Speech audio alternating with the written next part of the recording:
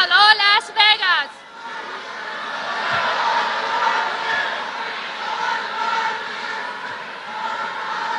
Hello, Las Vegas. All right. Hi, my name is Adriana Ortiz. I am in.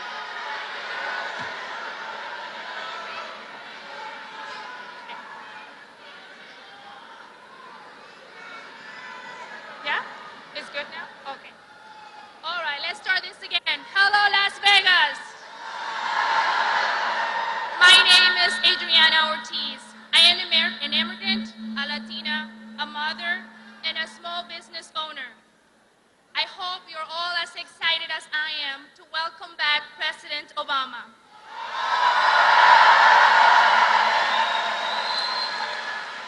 I became an American citizen in 2008, and Barack Obama was the very first person I ever voted for, and now I support him more than ever.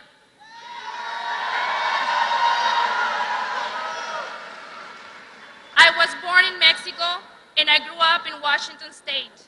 My father was a permanent resident, so after high school, I wanted to continue my education, but there weren't enough student visas to go around. So I worked hard, fell in love, started a family and a small business. Now my husband and I run our own trucking company. I didn't go to college, but I am living the American dream.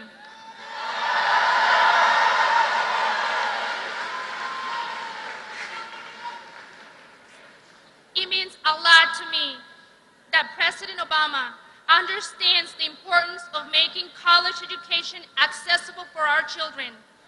He's been there. He's gone through the financial struggles many young people go through today. He and the First Lady finished paying off their first student loans only 8 years ago. That's why he's making it easier for hardworking Latino students to get a good education, to go to college, to get ahead. I hope one of those students will be my younger sister. She's what you might call a dreamer. She's been in this country since she was 3 years old. She grew up here. She went to school here. She's American in every way except on paper. She wants to go to college and contribute to our society. Let's give her that chance. And our president got her back. He gave her that chance, that opportunity that she's been waiting for. As he fights to pass the DREAM Act, he's also lifting the shadow of deportation for many people like my sister. President Obama believes in the same promise of America we do, that anyone can make it here, no matter who you are, what you look like, or where you come from. He's fought for us this past 4 years. We need to give him 4 more years. Let's keep fighting.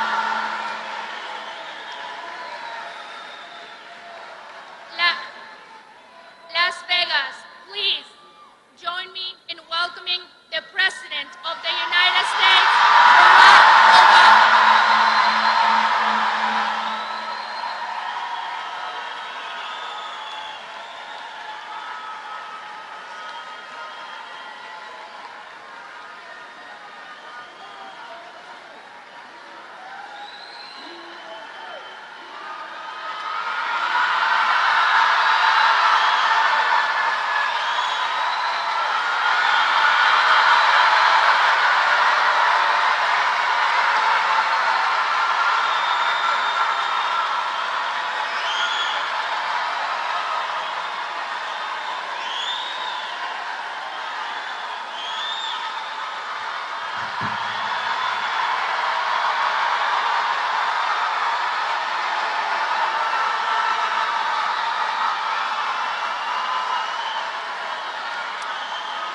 Thank you.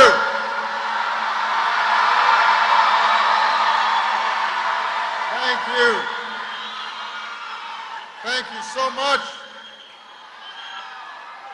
Can everybody please give Adrian a great round of applause for the wonderful introduction?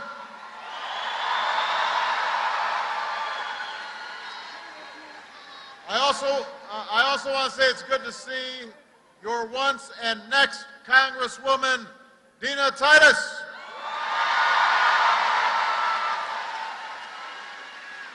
And it is so good to see all of you. I love you back. I do.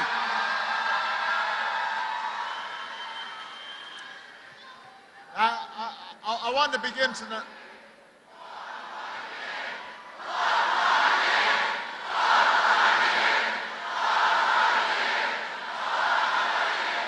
Thank you. So, I want to begin tonight by just saying a few words about a tough day that we've had today. You know, we lost 4 Americans last night who were killed when they were attacked at a diplomatic post in Libya.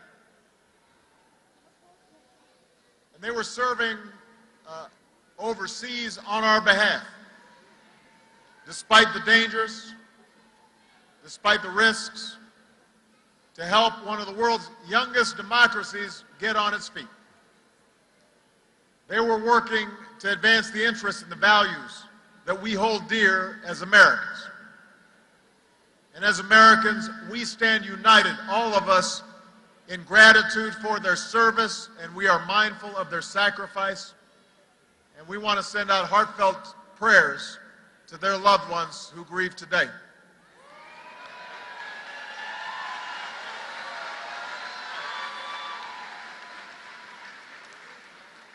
You know, it's a reminder that the freedoms we enjoy,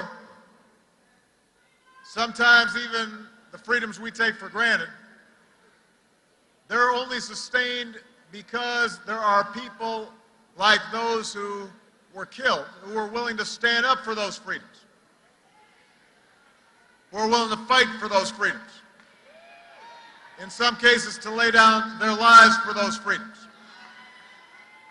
So tonight, let's think of them and thank them.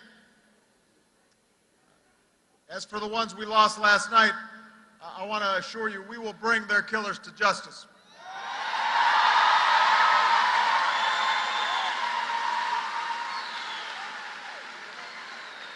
And we want to send a message all around the world. Anybody who would do us harm, no act of terror will dim the light of the values that we proudly shine on the rest of the world, and no act of violence will shake the resolve of the United States of America.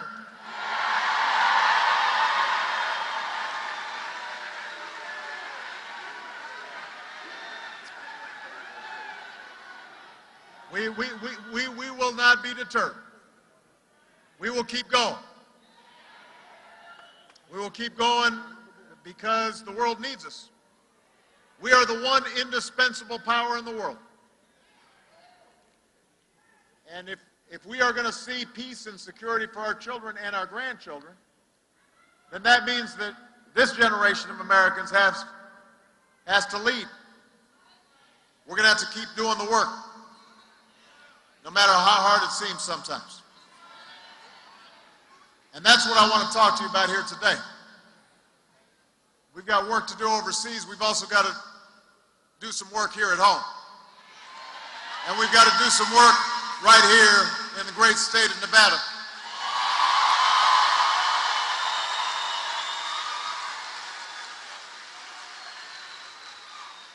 Now, because Nevada is a battleground state, you are aware that we've got an election going on.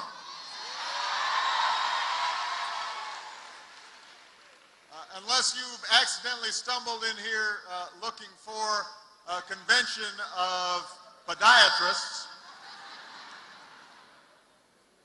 then you've been paying some attention to the election, both parties just came out with their conventions. Each side made its case. And now you're facing a very big choice. See, our vision, what we're fighting for, the reason all of you are here today, is because we believe in the basic bargain that built the largest middle class and the strongest economy the world has ever known.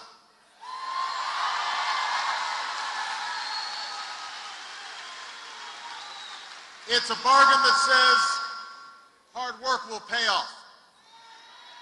That if you act responsibly, you'll be rewarded. That everybody gets a fair shot. Everybody does their fair share. Everybody plays by the same rules, from Main Street to Wall Street to Washington, D.C. That it doesn't matter where you come from or what you look like or what your last name is. Here in America, you can make it if you try. That's what we believe in.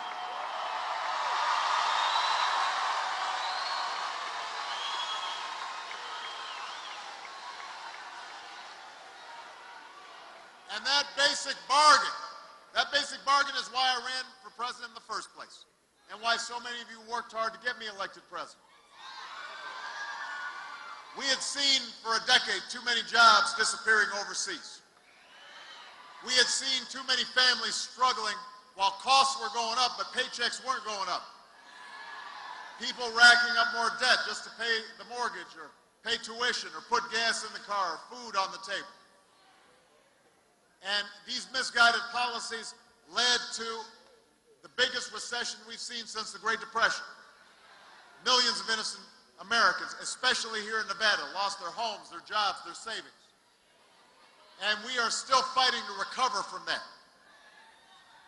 Nevada got hit harder than most. But here's the thing. I don't think the best answers for today's new challenges are old sales pitches. And that's what my opponent and the other side have been selling. You guys heard it. You may not have watched their convention, but if you didn't, let me summarize. What they said was, we want to give you more tax cuts, especially tilted towards the wealthy, and everything will be okay. And this is their prescription for everything. Tax cuts in good times, tax cuts in bad times, tax cuts when we're at peace, tax cuts when we're at war, tax cuts to help you lose those few extra pounds, tax cuts to give your love life that extra kick. Now, listen, I've cut taxes, but I cut them for folks who needed them.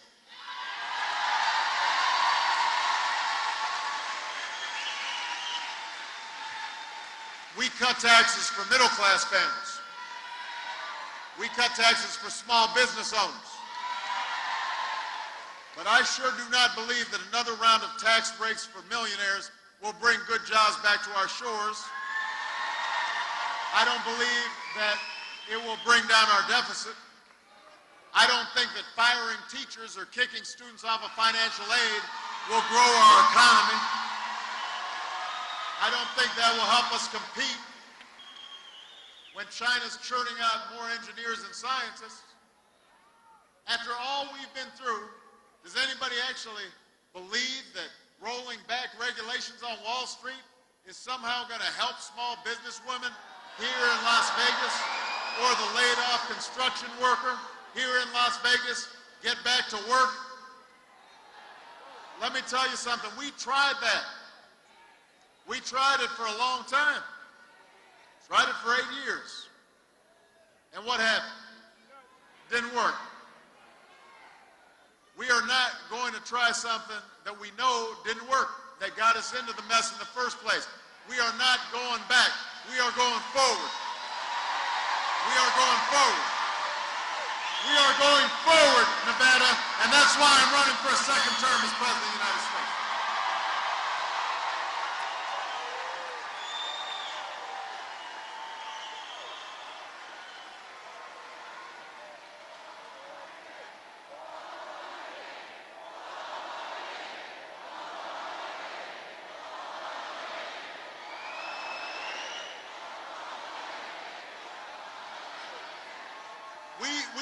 don't believe that the answer to our challenges is to tell folks you're on your own.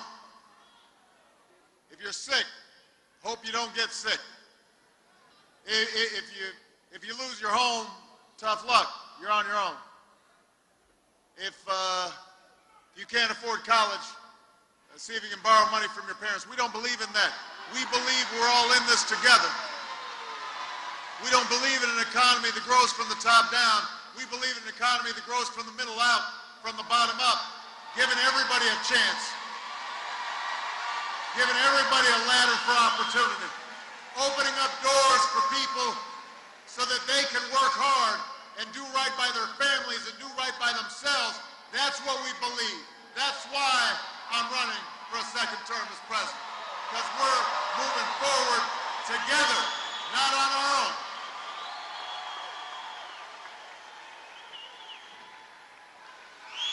Now, I won't pretend, some of you heard me at the convention, I won't pretend that what I'm offering is the easiest path. I've never said that. In 2008, I didn't say it was going to be easy. And as President Clinton reminded us last week, it's going to take more than a few years to solve challenges that have been building up over decades.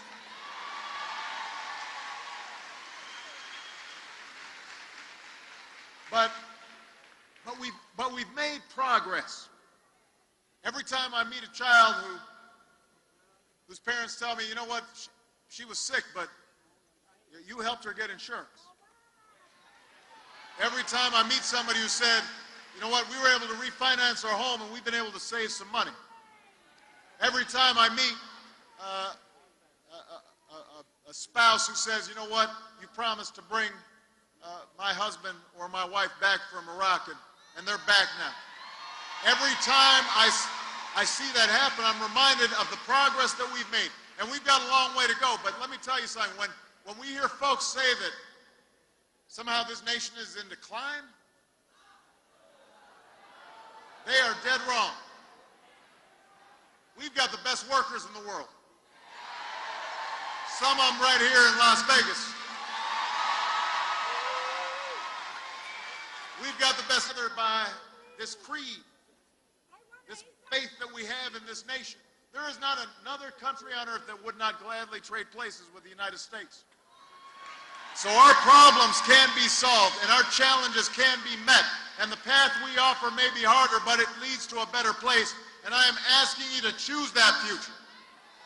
I'm asking you to rally around the goals I laid out at the convention, to create new manufacturing jobs and new energy sources and improve our education system and bring down our deficit and turn the page on a decade of war. We can do that in the next 4 years. That's why I'm running for a second term as President of the United States.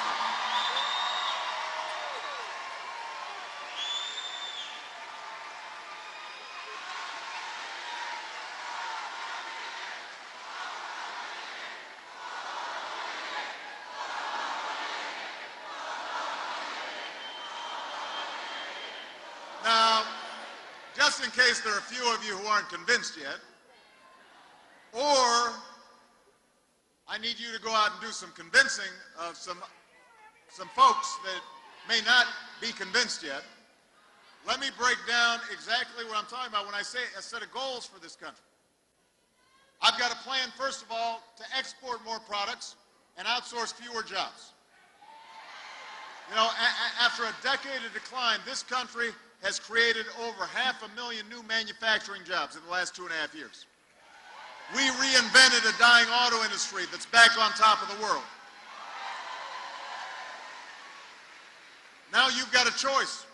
We can keep giving tax breaks to companies that are shipping jobs overseas, or we can start rewarding companies that are investing right here in the United States of America, hiring American workers to create good-paying jobs right here.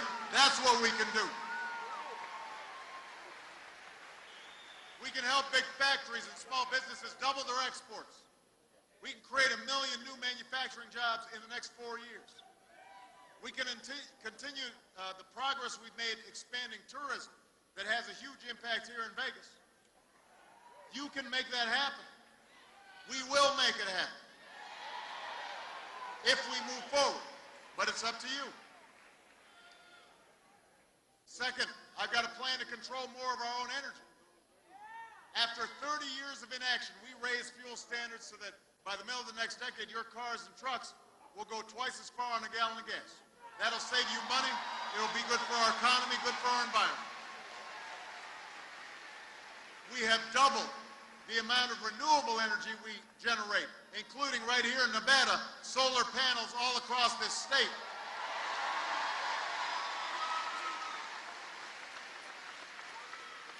So not only are we generating energy that we need to grow, but we can also employ thousands of Americans.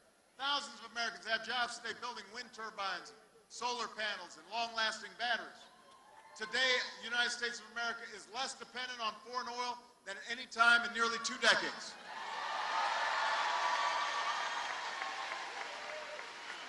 So, now you've got a choice. We can reverse that progress, or we can build on it.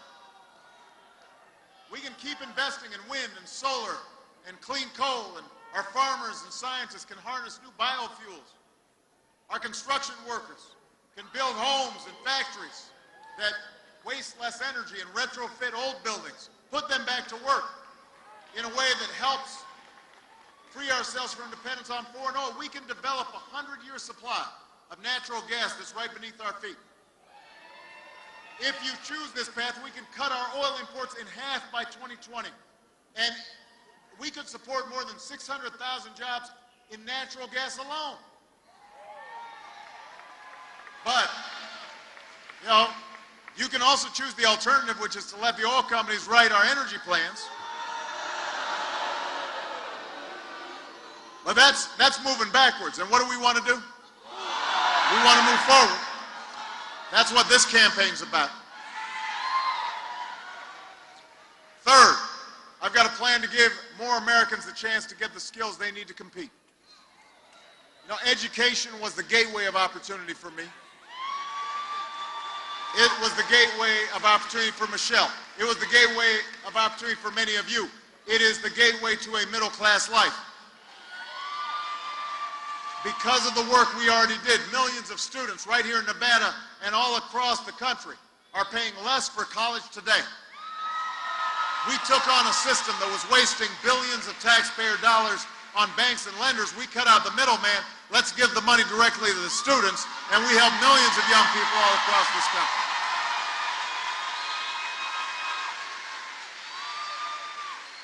So, now you've got a choice. We could take my opponent's advice, which results in gutting education. Don't boo now, vote. Don't boo, vote. Or we can decide that in the United States of America, no child should have their dream deferred because of an overcrowded classroom. Last time I was here in Vegas, we were hearing about classes that had 42 kids in them. Kids sitting on the floor, old, worn-out textbooks. No family should have to set aside a college acceptance letter because they don't have the money.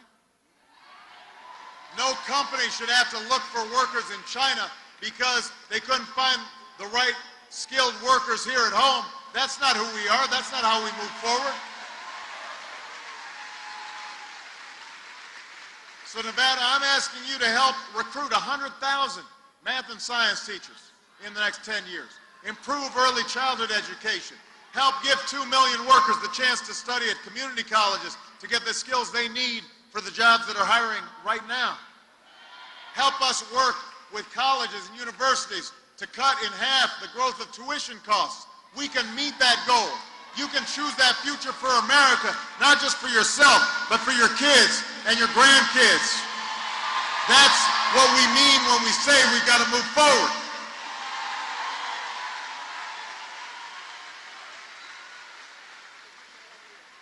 In Nevada, we've got to reduce our deficit. It's important, but we've got to do it in a way that doesn't stick it to the middle class. Independent analysis shows my plan for reducing the deficit would cut it by $4 trillion. I've already worked with Republicans in Congress to cut $1 trillion worth of spending, and I'm willing to do more. I want to reform the tax code so that it's fair and so that it's simple.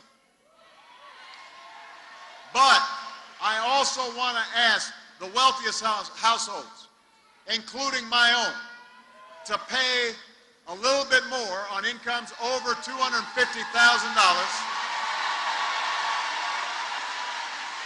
the same rate we had when Bill Clinton was president, the same rate we had when we created 23 million new jobs, went from deficit to surplus, created a whole lot of millionaires to boot. That's the way we have to move forward.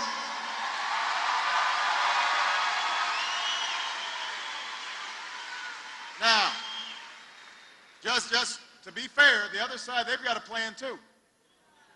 The problem is, as President Clinton pointed out, they don't have any arithmetic in it. The math doesn't add up. Because if you think we can somehow lower our deficit by spending trillions more on new tax breaks for the wealthy, when you try to pay for $5 trillion in new tax cuts without raising taxes on middle-class families, or add $2 trillion in new military spending that our Joint Chiefs don't say is going to make us safer without increasing the deficit, well, you get that error message on your calculator. No amount of extra credit is going to make that math work. I refuse to ask middle-class families like yours to pay more so that millionaires and billionaires can pay less. I refuse to ask students to pay more for college so I can pay less. I refuse to kick children out of Head Start programs or eliminate health insurance for millions of Americans who are poor or elderly or disabled just so those with the most can pay less. I don't believe in that. That's not who we are. That's not how we're going to grow our economy. I don't think the answer for hard-working folks here in Nevada whose homes are underwater is to do nothing, let it bottom out. My administration's already helped more than 1 million responsible homeowners refinance their mortgages. And I'm running to give more like them the chance to refinance and save $3,000 a year and maybe start building up some equity back. That'll strengthen the housing market across the board in this state. And by the way, I will never turn Medicare into a voucher because no American should have to spend their golden years at the mercy of insurance companies. You should retire after a lifetime of labor with some dignity and some respect. You have earned it.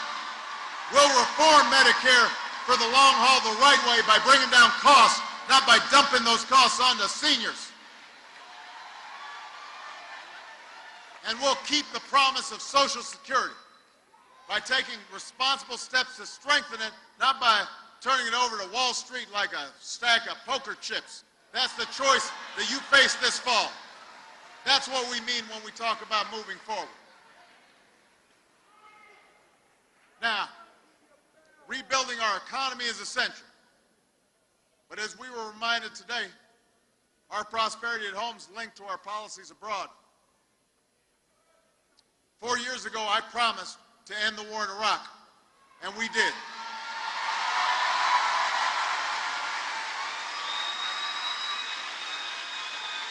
I said we'd wind down the war in Afghanistan, and we are. A day after 9/11, we were reminded that a new tower rises above the New York skyline, but Al-Qaeda is on the path to defeat and bin Laden is dead.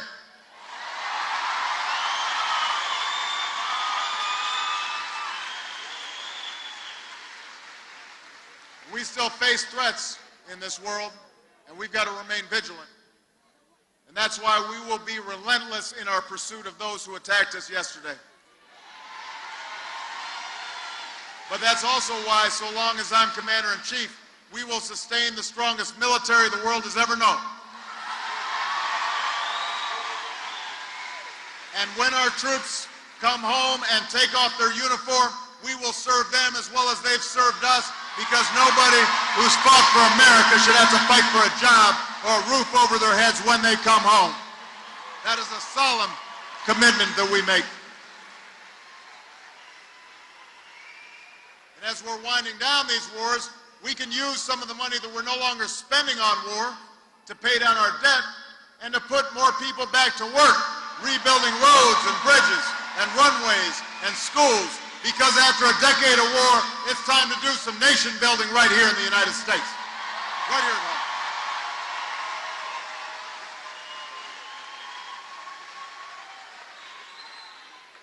So let me say this, Nevada. We can get all this done. I have no doubt in my mind we can get it done. The power to do it, though, is in your hands. I told you at the convention, the election 4 years ago was not about me. It was about you and the change that you imagined for this country. You are the reason seniors across Nevada saved an average of nearly $600 last year on their medicines because of health care reform. You're the reason thousands of students at UNLV have more help paying for college this year.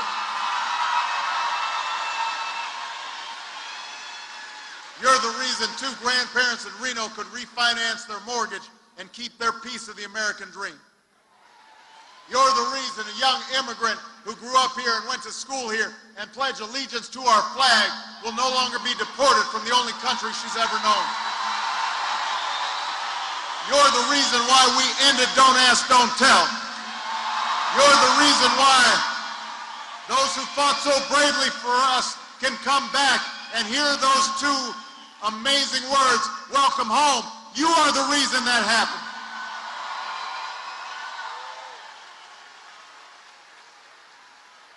And that's why we can't turn back now. If you buy into all the cynicism that's being fed to you through these negative ads, well, you know what? Change won't happen if you stop fighting for it. If you give up on the idea that your voice can make a difference, then you know who's going to fill the void. The lobbyists, the special interests, the folks who are writing these $10 million checks to run all those negative ads, the people who are trying to make it harder for you to vote, the politicians in Washington who want to decide who you can marry, who want to decide for women what their health care choices should be when women are perfectly capable of making those decisions themselves.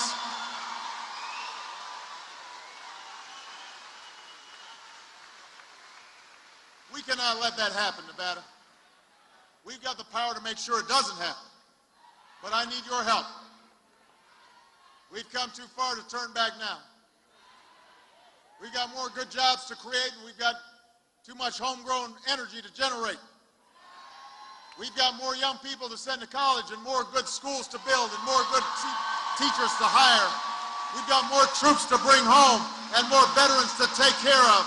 And we've got more doors of opportunity to open to everybody, black, white, Hispanic, Asian, Native American, disabled, not disabled, gay, straight, anybody who's willing to work hard and believes in America. We've got to open those doors of opportunity for them. That's why I'm asking for a second term. And if you're willing to work with me and fight for me and knock on some doors with me and make some phone calls with me, if you vote in November, we will win here in Clark County. We will win Nevada. We will win this election. We will finish what we started, and you and I together will remind the world why we are the greatest nation on earth. God bless you, and God bless the United States of America.